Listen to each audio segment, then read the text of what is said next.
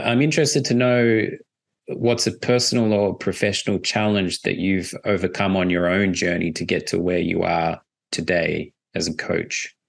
Yeah, this is interesting. Well, I usually say that people do not choose to become a coach just because they like it.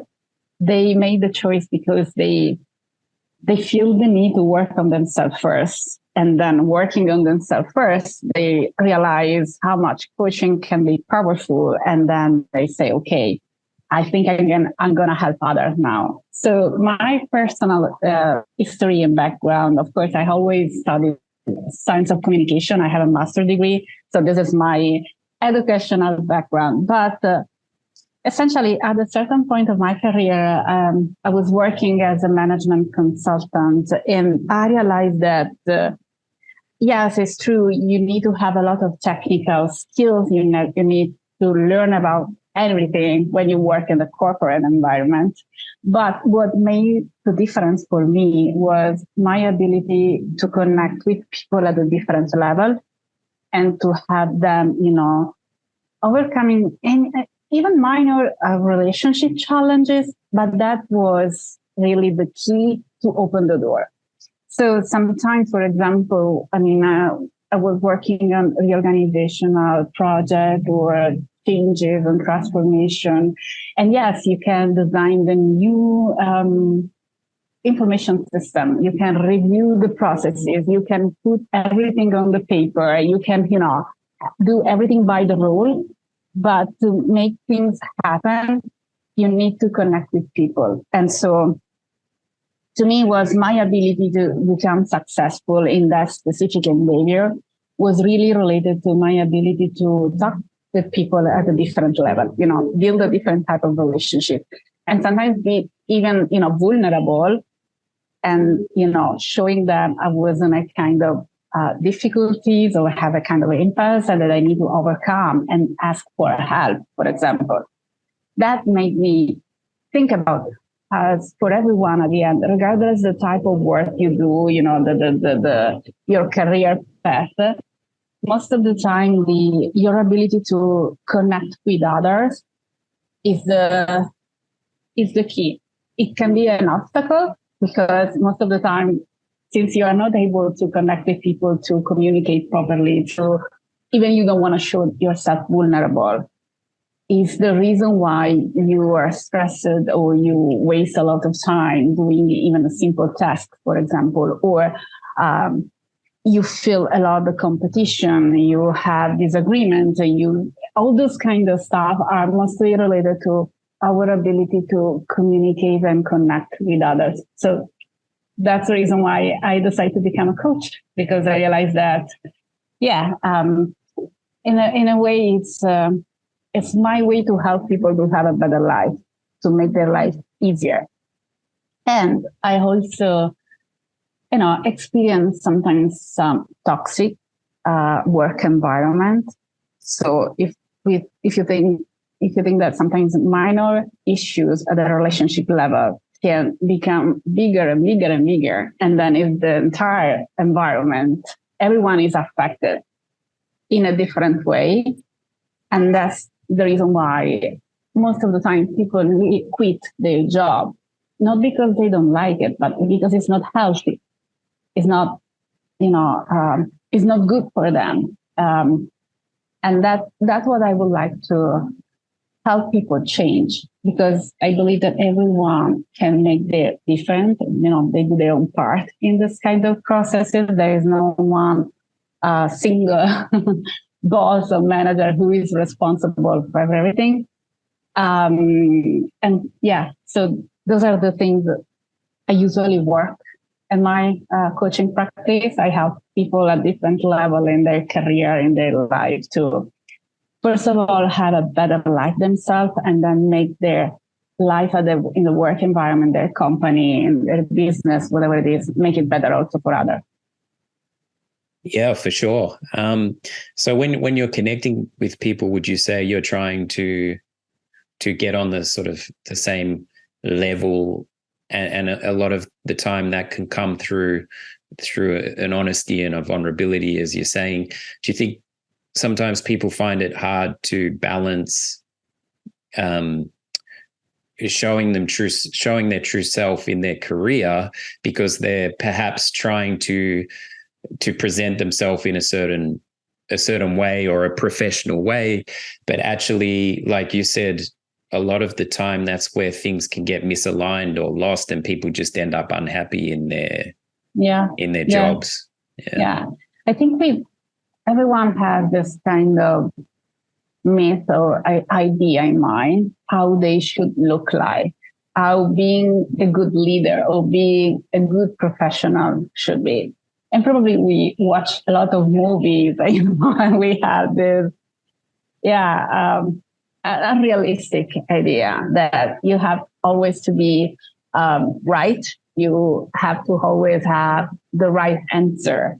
You don't have to show yourself angry or frustrated or, showing fear, for example. Sometimes you don't have to show that kind of emotion and feelings. You always have to be positive. This is something that I really hate. It doesn't mean anything. You cannot be always positive. It's not. It doesn't happen in your personal life. And you cannot experience the same type of ups and downs in your professional life. This is actually the same. So I personally believe that it's not an healthy workplace where the kind of a place where any kind of complaint or negative thoughts is not accepted. Sometimes it's banned because they say, oh, you do not contribute to the environment.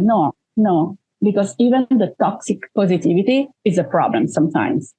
Always being positive is a problem because first of all, you take some of your feeling, off. You try to hid them. You try to do not show them. And this is not healthy for you. Second, it's not good for the group because you don't bring a different perspective. In fact, one of the, linguistic distinction that I love most is between being positive and being optimistic. Being optimistic means that even if I'm going through a difficult moment, even if, the situation is not good for me right now, for my company, whatever it is, okay, I know that at the end, I will find a way to solve it. I know that I can ask for help. I know I can do something. This is the right mindset to me. But the positive thinking just to say, oh no, everything will go well. This is not. It's not healthy at the end. And it can be, most of the time, it can become the cause of the toxic environment because people are not allowed to show themselves entirely. So including, pleasant and unpleasant thoughts, pleasant and unpleasant feelings. So, yeah. I've said it before on the show, but I think being heard is so important. If I was in that type of leadership position, I would just perhaps allow a team to be heard for a moment, even if that's, hey, how's it going this week? Like, just, you don't have to give your whole personal life, but if you could just check in with people. And I've been in a lot of jobs where nobody knows what's going on, and then all of a sudden the person calls in sick and nobody knows why, and it doesn't help the business, I think. Yeah, and even, allow yourself sometimes to say, I don't know, I don't have the answer. This is a problem in most of the corporate environment. Because again, we have this idea that we have to be perfect. So we always have the right solution. We always know what to do. Even people in the leadership role, actually, most of the time they are more affected by this kind of problem because for them, showing their team the vulnerability and say, okay, now we have a new thing to manage and I've never done this before, or I don't have the answer now. For most of the people, this is a kind of, it's an issue. It's a real issue. And there's nothing wrong with that. There's nothing wrong in saying, okay, I don't know. I never done this. I need to learn.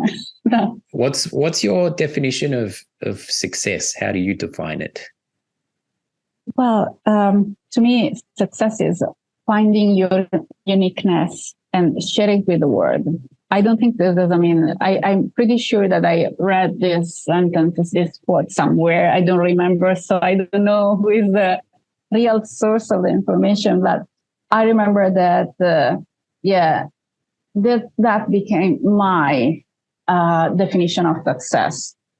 I really I think success people most of the time are the most unique and people, because they do not follow any pattern and they do not follow any predetermined career path or, life model or whatever. We are unique by definition as human beings. I think that successful people are those who really understand what is that make them unique. What is your spark? And they can use it. They can use it for themselves, but also for the others. I really believe that your success cannot be only your success if no one else can benefit out of that. If it's just something that comes good for you in terms of money, whatever, I will not define this as a real success. I think that there is always a kind of social component. I'm successful because I'm pretty good at what I do, but also I help others in some way, different capacity. But yeah, to me, successful people are those who really have a different life. First of all, yes, they are unique in that sense. They really know what is that they like, what is that they are good at. And at the same time, they help others because maybe they create something new. Maybe they give other the opportunity to grow. They give other the opportunity to be successful. Whatever it is, but I do believe there is a social component of success. Regardless, most of the time we think success from an individualistic way.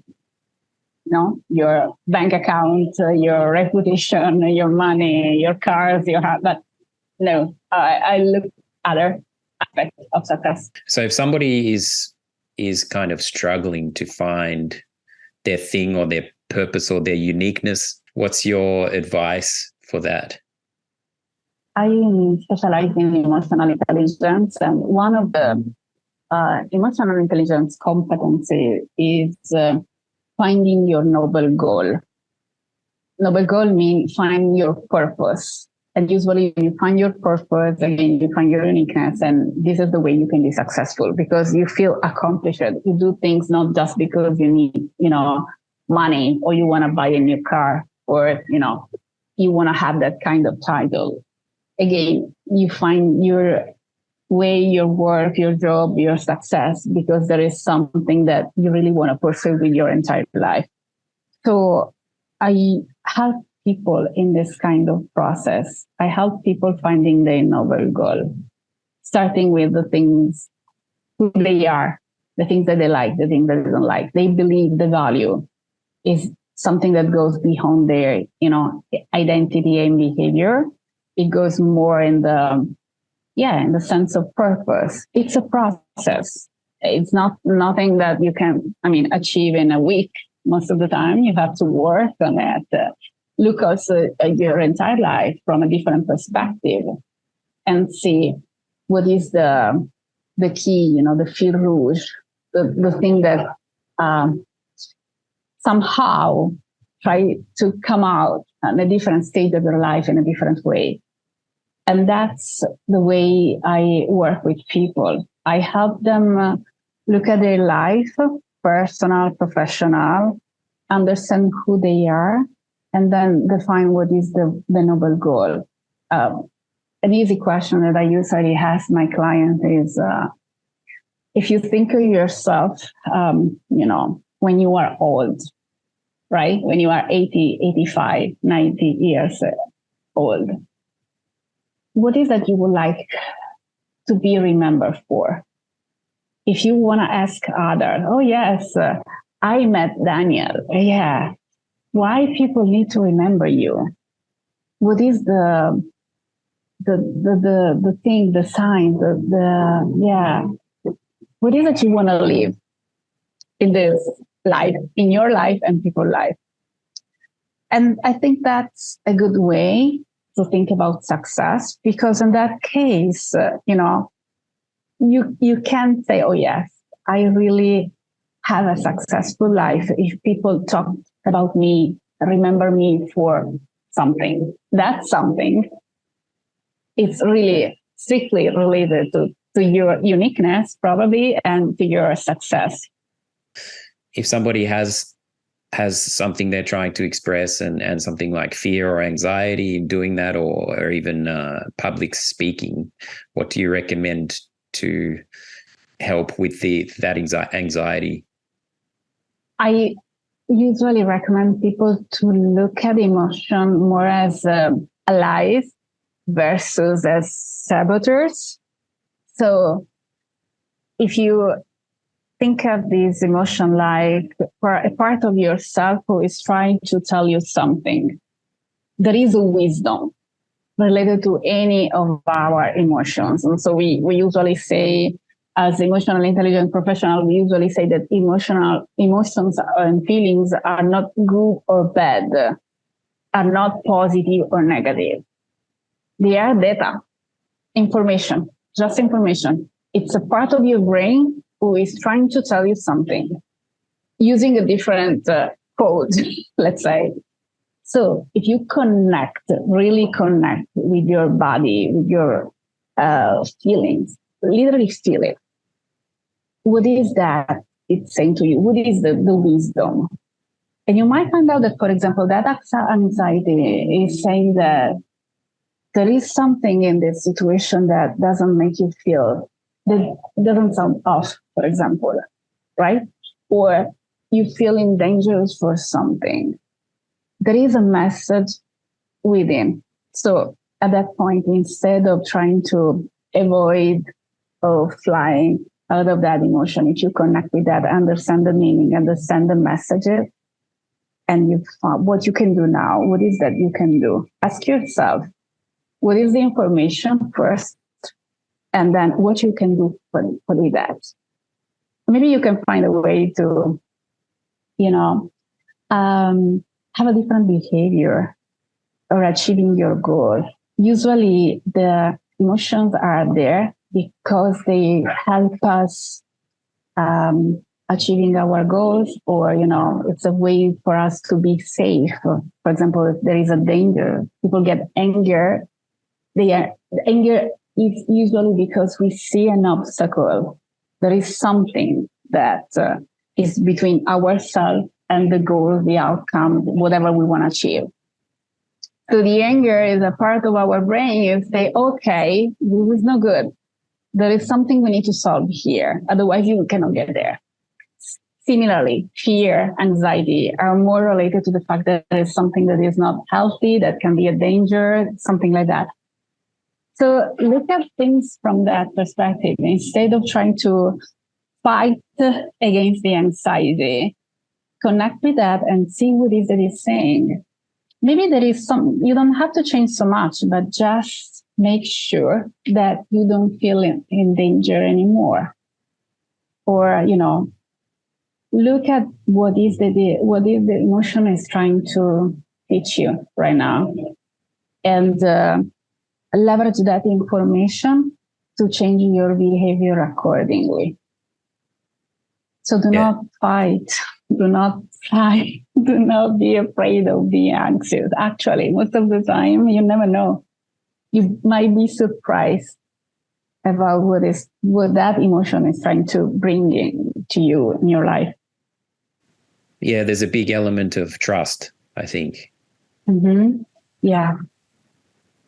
What is the anxiety or whatever it is trying to tell you, and then have the courage to take some action, or even just a very small step Yeah, I think trust, and I think also, as we were saying before, being vulnerable. If you think about public speaking, most of the time people are so anxious because, again, the anxiety is telling them that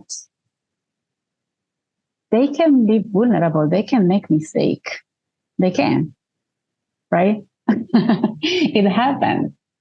So what about instead of being afraid of making mistakes, or when you have to speak in front of others, what about thinking of the vulnerability as a key and say, okay, let's assume that something happened. I forget the words. I lost my thoughts and whatever.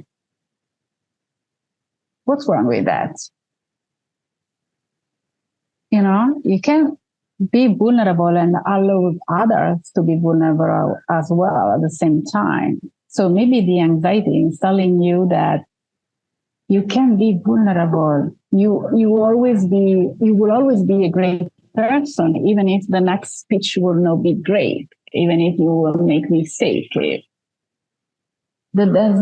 doesn't affect you as a human being or you as a professional. It's just something that doesn't go the way you want to, but you can handle it. Often the fear or anxiety is perhaps imagined or perceived. We tell ourselves some stories. The more we try to avoid them, the more they grow. That's the thing with emotions and feelings in general.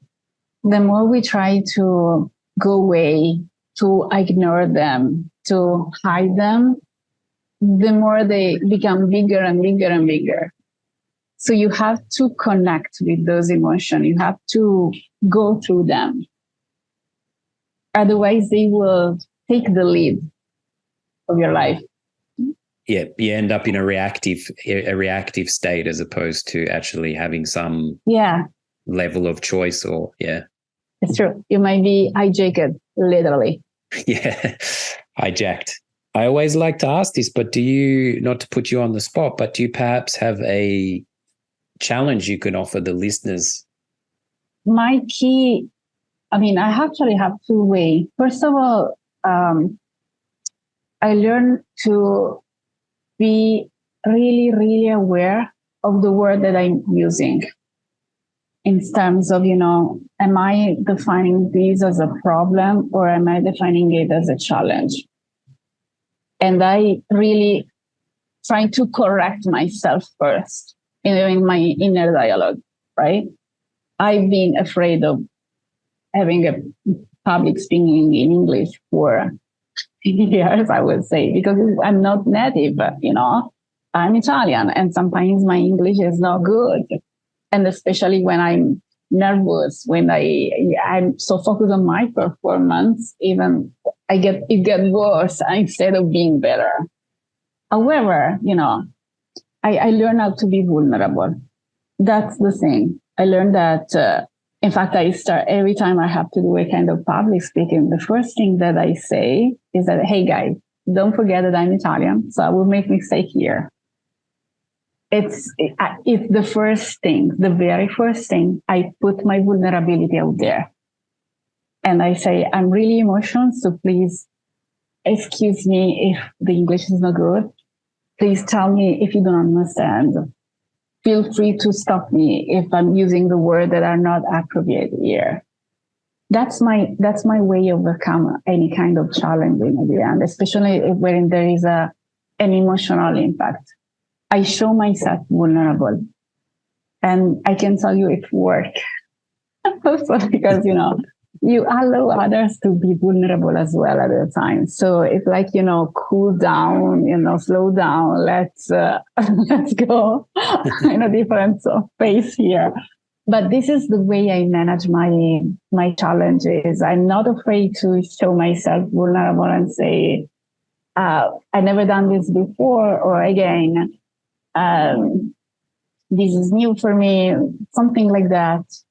Or even tell people that they make me feel uncomfortable. Yeah, it's not actually that they make me feel uncomfortable, it's my problem. But I'm not afraid of saying, okay, in this situation, I don't feel pretty much good, you know? Yeah, cool. So perhaps a couple of challenges there for actually the listeners to potentially try is what you said first, which is really be conscious of language and words and how they affect things. Is this, yeah, where's the lesson? Is this a problem or a challenge? Like you said, that's a really cool thing. And the other one is, yeah, to try and step toward that fear of being vulnerability or that fear of exposing yourself. And it's awesome that you're so open with that and just say it straight away. Look, English is not my first language.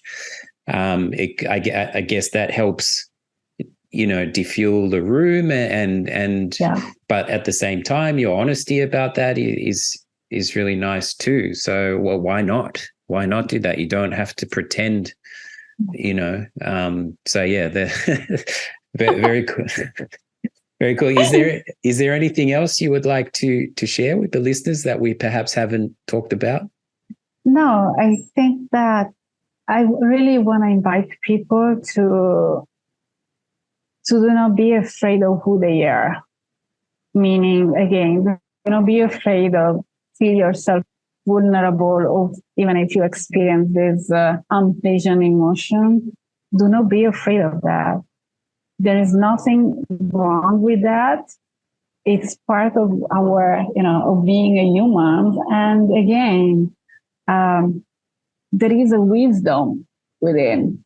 So it's something that you can leverage to achieve your goal. It's nothing it's not an obstacle. Yeah. Yeah. Where can people find you? So they can find me on LinkedIn, of course, and most important, they can visit my website. That is www.cometacoaching.com.